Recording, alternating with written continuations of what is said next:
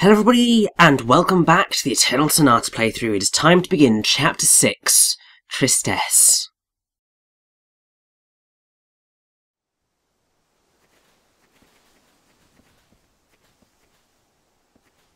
Let's go see Prince Crescendo.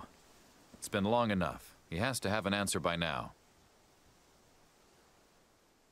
And I have to say, that is a very short opening cutscene for a chapter. Like you would have thought this would be another really long cutscene part, and actually it kind of sort of is. There's quite a bit of cutscene that's going to occur in this part, but they do just sort of throw you in initially, I think to surprise you after the really long opening of Chapter 5. And just to give you a bit of a chance to get prepared, because at this point you've got some really decent weapons for sale, and I'd certainly recommend purchasing them if you can, if you've got the money. Not the best weapons and items you can be able to get for your party, because obviously those don't turn up until right towards the end of the game. However, they're still pretty decent, and I'd definitely recommend having them on right now, because it simply just works out better. And at this point it was just like, let's just make sure that everyone's got the best possible stuff, and then there's also bits where I was just like, oh wait a minute, some of my characters have moves that I didn't realise they'd unlocked yet. Which was a little bit frustrating. And also there's certain times where you look at the equipment and you just think, maybe I could use a slightly better setup than what I've currently got. It just varies depending on what items you've got and what works out well. Thankfully, for the most part, everything that I'm doing is improving everybody. I mean, I wouldn't be doing it if it didn't. But it's quite nice that pretty much everyone is relatively well kitted out. Or certainly will by the time this is all done.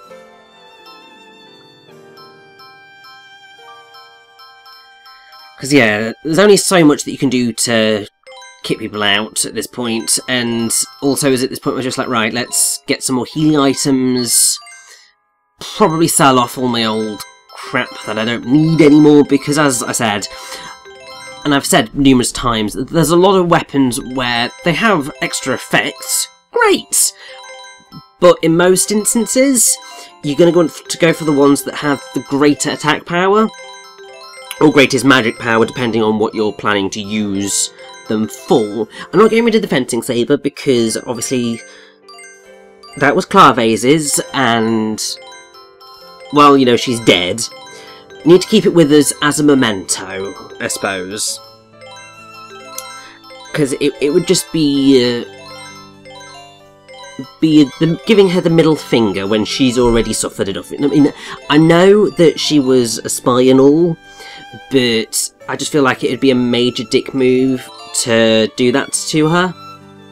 Yeah, it's like, yeah, we don't need your fencing saber anymore, so we're just going to chuck it, sell it for dough. I don't know, it doesn't sit right with me. I know she's a video game character, it doesn't matter, but still. I'm a weirdo like that. And I have to say, I really like the fact that, bar two characters, everyone's at level 35 right now. It makes me feel really happy that I've got a nice, pretty even playing field for everyone. It's not going to stay like that. Because since we're going into the final collection of dungeons, while I'm certainly going to try and keep everyone on a level playing field, what occurs at around this point in the game is that you can sort of end up leveling up a character pretty much every battle. Because by the time you've worked round one person, you get the next person in, they're pretty close to a level up. So it just keeps rotating like that, and whew boy, it can get quite annoying. Maybe he's in the princess's room. And yes, I wonder where Prince Crescendo is indeed. So we have got to go search for him in the princess's room. You can tell which rooms you need to go into because they're the ones with the blue doors with the purple rugs in front of them. So that's your cue as to the locations of where you need to be. But before the massive cutscenes for this part occur, we need to visit both rooms, and then loads of cutscenes are going to occur. Because it looks like Crescendo and Serenade have vanished.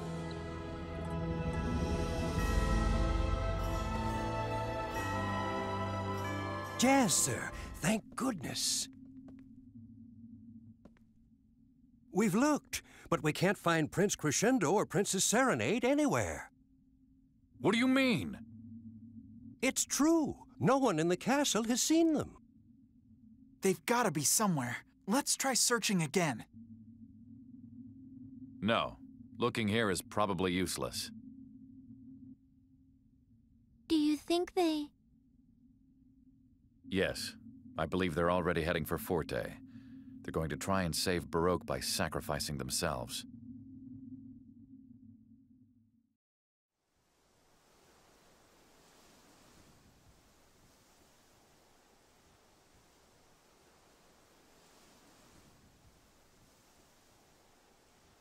You're sure you want to come? Yes, I feel I must. For I am in part responsible for starting the conflict with Forte. If only I had realized sooner. If I surrender unconditionally to Forte, it should be safe for you to stay in Baroque. Once I offer myself directly to Forte, that should satisfy them. They most likely won't make any attempt to invade Baroque. But you still insist? I will speak with Count Waltz. Right now, I'm the only one who can possibly save your life. I at least have to try. Thank you, Serenade. However, I expect the result will be the same. You will just delay the inevitable. No, I doubt I'll ever be able to return here. This parting will be forever. Farewell, Baroque.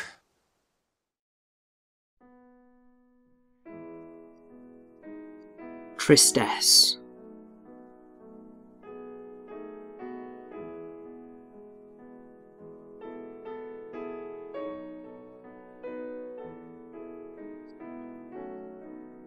In 1832, the year after the fall of Warsaw, Chopin was in Paris.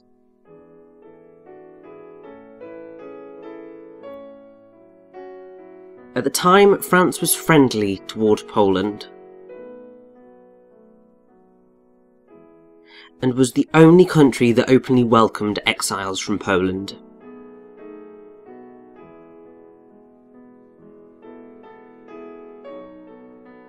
For that reason, Paris was filled with Polish refugees.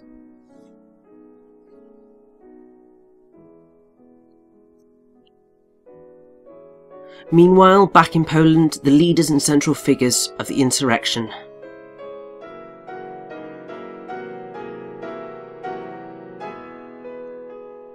were judged in court without being present and sentenced to death.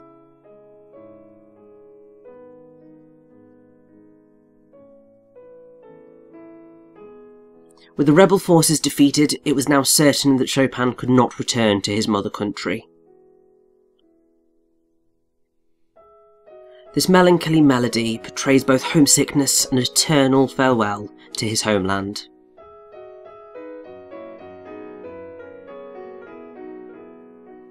But why could he never return?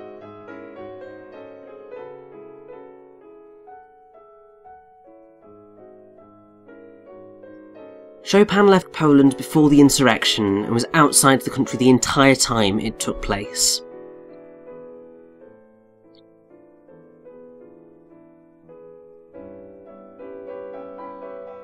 In other words, he had a perfect alibi proving that he had not been involved.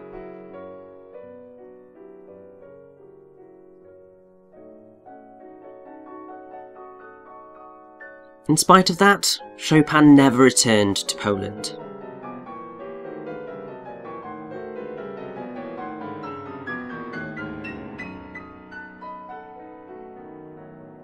The key to this mystery lies in Chopin's patriotism.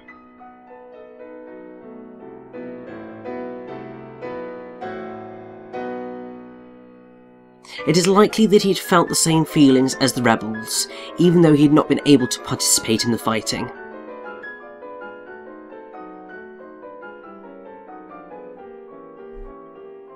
He probably felt guilty about having been living safely in foreign countries.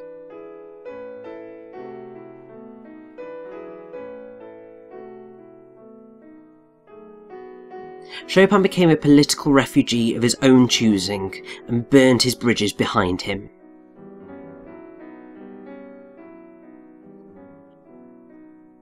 In so doing, he probably wanted to demonstrate that he was a comrade to the rebels and shared their feelings. To Chopin, who loved Poland, the decision not to return to his home must have been a painful one.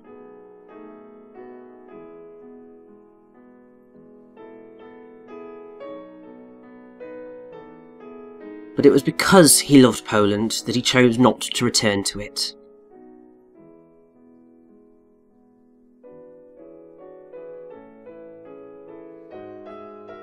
The 22-year-old Chopin may have composed this song as a way to burn his homeland into his heart.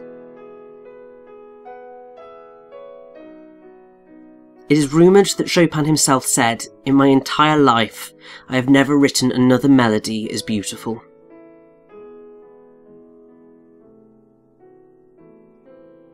Perhaps those words speak of the view from the village of Zelezowa Wola, the place where he was born.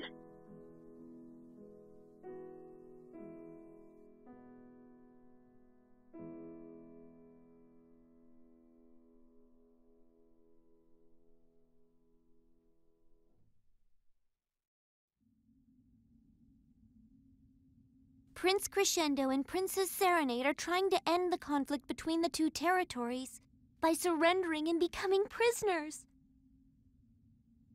knowing they can never return to Baroque. Jazz, sir, please take this key. With it, you can enter a small building next to the Baroque Castle gate. In all likelihood, they have gone through there to the Two-Coda ruins and are heading for Forte. If they make it to Forte, they have no chance. Count Waltz isn't very sympathetic. Let's go!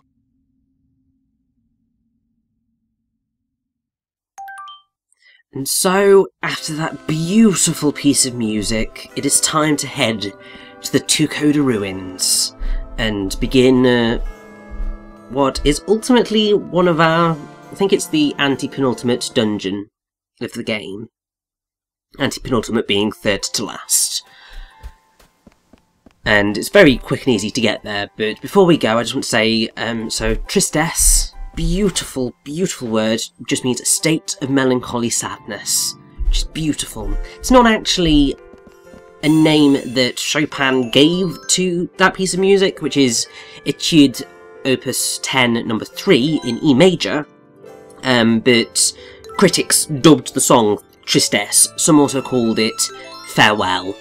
But either way, it is a truly beautiful piece of music, and I do absolutely adore it.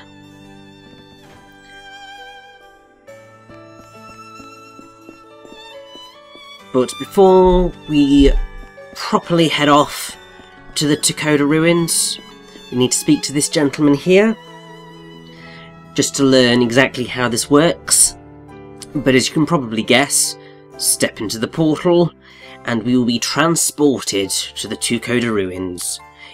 If you're playing the game in Encore mode, this room will actually be able to teleport you to any location in the game by going on the teleporter to the left, but obviously we only have one option right now, and so let's head off to the Two-Coda ruins.